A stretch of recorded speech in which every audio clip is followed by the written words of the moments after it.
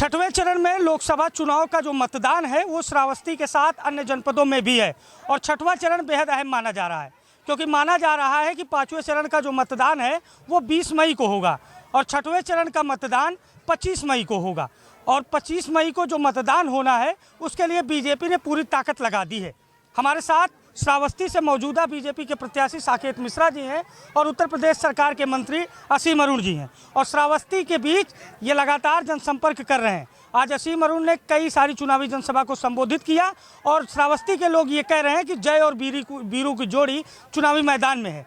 जय और बीरू क्यों कहा जा रहा है, इसके पीछे एक कहानी है। 1994 बैच के आईपीएस असीम अरुण के साथ ही साकेत मिश्रा जी ने भी 1994 में आईपीएस की परीक्षा को क्वालिफाई किया था, लेकिन ये बैंकिंग सेक्टर में चले गए और असीम अरुण जी उत्तर प्रदेश पुलिस में सेवाएं देते रहे।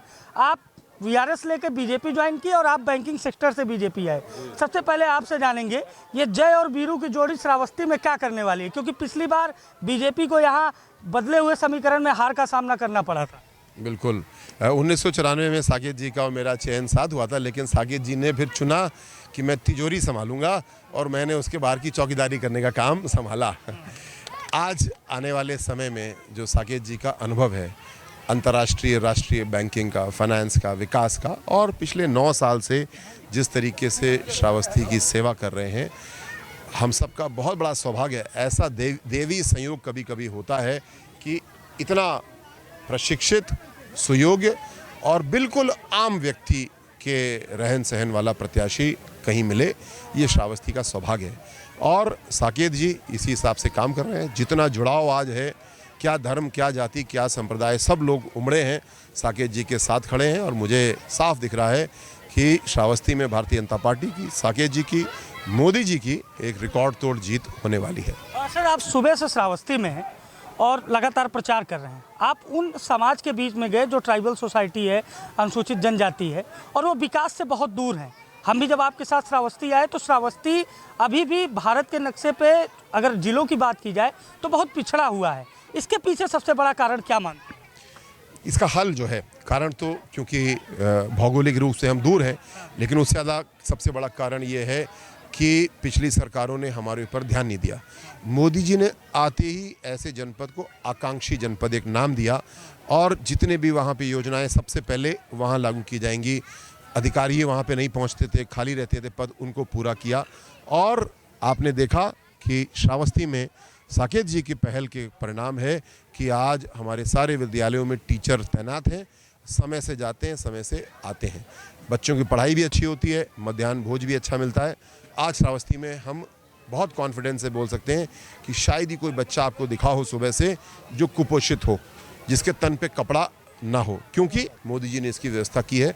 साकेत जी ने अभी तक एमएलसी का पद आपके पास लगभग 1 साल से था, उससे पहले कोई पद भी ऐसा नहीं था, लेकिन आपने लग के इस काम को किया। अब जब श्रावस्ती के सम्मानित मतदाताओं ने मन बना लिया है कि साकेत जी को अपना सांसद बनाना है, दिल्ली भेजने के लिए नहीं, अपने पास रखने के लिए, इनसे काम लेने के लिए, अब साकेत जी के हाथ में जब जनता ताकत देगी, फिर आप देखिए क्या काम होगा। हमारा श्रावस्ती पूरे भारत में नंबर 1 का जिला होगा, ऐसा मेरा पूरा विश्वास है। 43 डिग्री टेम्परेचर है, राजनीति का भी टेम्परेचर चढ़ा है, आप प्रचार कर रहे हैं। हर मंच से आपको बार बार ये क्यों बताना पड़ रहा है जनता को कि आरक्षण नहीं खत्म होगा, संविधान नहीं बदलेगा? क्या विपक्ष ने आपको ये बोलने पर मजबूर कर दिया है या चुनावी माहौल में इस बात की चर्चा बहुत तेज? ये विपक्ष का कोई नया प्रोपेगेंडा, कोई प्रचार नया नहीं है, ये बहुत पुराना है। लेकिन अभी हाल में हमने एक बड़ी रोचक चीज़ देखी, हास्यास्पद चीज़ देखी। राहुल गांधी जी मंच पे संविधान लिए खड़े हैं। कन्नौज में अखिलेश यादव जी गए, वहाँ पे इस बच्चे की उम्र का एक बच्चा, उसको बाबा साहब की शक्ल बना रखी है और वो संविधान लिए खड़े हैं। तो मुझे अचरज होता है और इनको शर्म आनी चाहिए कि जिन्होंने बाबा साहब का अपमान किया, जिन्होंने ऐसा अपमान किया जी। कन्नौज से ही अगर बात मैं करूं तो कन्नौज का एक मेडिकल कॉलेज बाबा साहब के नाम पे था। मुख्यमंत्री जी ने तत्कालीन अखिलेश जी ने अपने काले कलम से उसको काट दिया। भीमनगर एक जिला था, उस पर काला कलम अपना चला दिया। संत रविदास जी, छत्रपति शाहू जी महाराज और तो और हम लोग श्रावस्ती में भगवान बुद्ध की भूमि पे खड़े हैं। भगवान बुद्ध की माता जी महामाया जी, उनके नाम पे एक जिला था, अखिलेश जी ने उस पर अपना काला कलम चला दिया। और आप इस तरह की बात बता रहे हैं, अखिलेश यादव और इंडिया गठबंधन पीडीए की बात कर रहा है, पिछड़ा दलित अल्पसंख्यक हालांकि एक अर्थ कभी कभी बदलता रहता है, कभी अगड़ा भी होता है, अल्पसंख्यक भी होता है, लेकिन उनका पीडीए, उनका दावा है कि एनडीए को 79 सीटों पर सफाया करें। भारतीय जनता पार्टी हर वर्ग, हर समाज, हर धर्म की पार्टी है। हम हर चुनाव में विकास की बात लेके जाते हैं। कभी हमको यहाँ वोट ज़्यादा मिलता है, कभी वहाँ वोट ज़्यादा मिलता है। हम कभी भी नहीं बोलते कि हम पिछड़ा, दलित, अल्पसंख्यक, हम किसके पार्टी, हम सब की पार्टी हैं। वोट हमको किसी का कम ज़्यादा मिल सकता है, लेकिन हम सब की चिंता। क्या इससे वोट पोलराइजेशन होगा? नहीं, ये जो अखिलेश जी कर रहे हैं, जो बाबा साहब की इच्छा थी उसके ठीक विपरीत काम कर रहे हैं। अगर बाबा साहब की ऐसी इच्छा होती तो संविधान में ऐसी व्यवस्था डाल देते कि पिछड़े अलग वोट करेंगे, दलित अलग वोट करेंगे, अल्पसंख्यक अलग वोट करेंगे। उन्होंने क्या कहा कि नहीं, आरक्षण होगा, प्रत्याशी का वोट हम सब मिलके साथ करेंगे। अखिलेश जी हमारे देश का, हमारे प्रदेश का बहुत बुरा करने की सोच रहे हैं। कर नहीं पाएंगे, लेकिन आज हम लोग सब लोग खड़े हैं। क्या हम चाहते हैं कि हमारी राजनीति इस तरह बटे? जिन्होंने बांटने वाली राजनीति की वो पाकिस्तान बना के ले गए। अब पाकिस्तान की हालत क्या है? जिन्होंने जोड़ने वाली राजनीति की उन्होंने भारत बनाया। आज भारत हमारा किस तेजी से आगे बढ़ रहा है। तो अखिलेश जी, बांटने वाली राजनीति मत करिए, आप पाकिस्तान बना देंगे हमारे देश का। जोड़ने वाली राजनीति किए। हम विश्व में नंबर 3 पे पहुंचने वाले हैं। हम वहां पहुंचना चाहते हैं। हम पाकिस्तान नहीं बनना चाहते। पीडीए आप अपने पास रखिए, हमको जोड़ने वाली राजनीति। अखिलेश यादव का पीडीए पाकिस्तान की ओर ले जाएगा? निश्चित रूप से बंटवारा, तोड़ने वाला काम पाकिस्तान ही बनाएगा, जोड़ने वाला काम भारत को तीसरे पायदान पे लेके पहुंचाएगा। एक सवाल आपसे लेंगे, फिर साकेत जी की ओर चलेंगे। आप लगातार लोगों के बीच प्रचार कर रहे हैं और हर वर्ग के बीच में जा रहे हैं। ये जो सरकार के कामों का दावा है, जो मोदी की गारंटी की बात होती है, सरकार के कामों का कितना असर धरातल पर दिखने को मिल रहा है और उससे कितना वोट बैंक तैयार हो? सबसे बड़ा कारण यही है जो योगी जी बोलते हैं, पॉलिटिक्स ऑफ परफॉर्मेंस। आज मोदी जी ने योगदान किया है, परफॉर्म किया है। कोई घर नहीं बचा होगा जिसको मोदी जी की योजना का लाभ ना मिला हो। किसी को सरकारी आवास मिला होगा, लगभग सब लोग को शौचालय मिला होगा, नहीं मिला होगा तो राशन हर परिवार में पहुंच रहा होगा, किसान सम्मान राशि तो जरूरी पहुंच रही होगी। मोदी जी ने बहुत सारी योजना दी, सबको लाभ मिला। लेकिन इस बार गारंटी इस बात की है, किसी भी तकनीकी कारण से, किसी भी वजह से कोई छूट रहा है तो उसके लिए भी पूरी व्यवस्था कर ली गई है। और ऐसे छूटे हुए व्यक्तियों को भी हम लोग तीसरे सेवा काल में, जिसके लिए हम वोट मांगने आए हैं, यदि सम्मानित वोटरों का आशीर्वाद मिलेगा मोदी जी को, भारतीय जनता पार्टी को मिल रहा है, निश्चित रूप मिल रहा है। लेकिन क्योंकि मैं वोट मांगने आया हूं तो मैं इसी कॉन्फिडेंस नहीं, मेहनत नहीं, मैं हमेशा इसी प्रकार कहूँगा कि अगर हमारे सब सम्मानित वोटर साथ हैं, आपने हमारे नारा भी लगाया, लेकिन अगर आपका समर्थन होगा तो मोदी जी का तीसरा सेवा काल प्रधान सेवक के रूप में होगा और हम लोग चीज़ों को और ऊंचा लेकर के जाएंगे। चलिए, कुछ सहयोगी आपके हैं, प्रत्याशी हैं, आप बैंकिंग सेक्टर के माहिर माने जाते हैं। ये जो बजट बिगड़ा है जिले का, खासकर आपके श्रावस्ती जनपद का, इसको कैसे दुरुस्त करेंगे? और श्रावस्ती की जनता साकेत मिश्रा से जानना चाहती है कि अगर आपको मतदान करे तो आपके पास ऐसा क्या विजन है? क्योंकि हर नेता के पास कुछ अलग विजन होता है, उसी विजन पर जनता वोट देती है। आपके पास क्या है श्रावस्ती के लिए? लोग बड़ी उम्मीद भरी निगाहों से आपकी ओर देख रहे हैं। मैं यहाँ पे लाल किला नहीं बनाऊंगा ना स्वर्ग बनाऊंगा। यहाँ पे हम लोग बुनियादी जो ज़रूरतें हैं लोगों की, उनको हम लोग पूरा करेंगे। स्वास्थ्य, शिक्षा, रोज़गार जो कि आएगा उद्योग से, और चौथा जो जन सुविधाएं हैं जिससे लोगों को दूर कर दिया गया है कई कारणोंवश, उनको दौड़ना पड़ता है, उन जन सुविधाओं को आसानी से जनता को मिले। केवल 4 प्राथमिकताएं हैं, केवल 4 पे मैं काम करूंगा। अच्छा, आपका ननिहाल भी है श्रावस्ती, लोग बता रहे हैं, और ननिहाल में बड़े हक से व्यक्ति मांग सकता है कुछ भी। मामा का घर होता है, नाना का घर होता है। कैसे श्रावस्ती की जनता का समर्थन कैसे मांग रहे हैं आप? किस भाव में मांग रहे हैं? ननिहाल ही नहीं, मेरी नानी का ननियौरा भी यहीं पे है। अच्छा। और ननिहाल में खूबी ये होती है कि मांगना नहीं पड़ता है, रसमलाई ऐसे ही आ जाती है।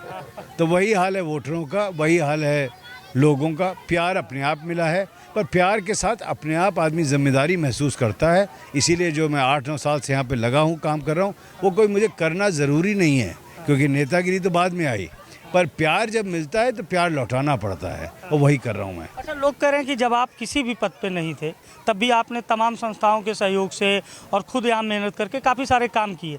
ये कैसे संभव हुआ कि बिना एक जनप्रतिनिधि के सिलेक्ट हुए, बिना चुने गए, आप इतना काम किए धरातल पर कि लोग आपके साथ बड़ी संख्या में?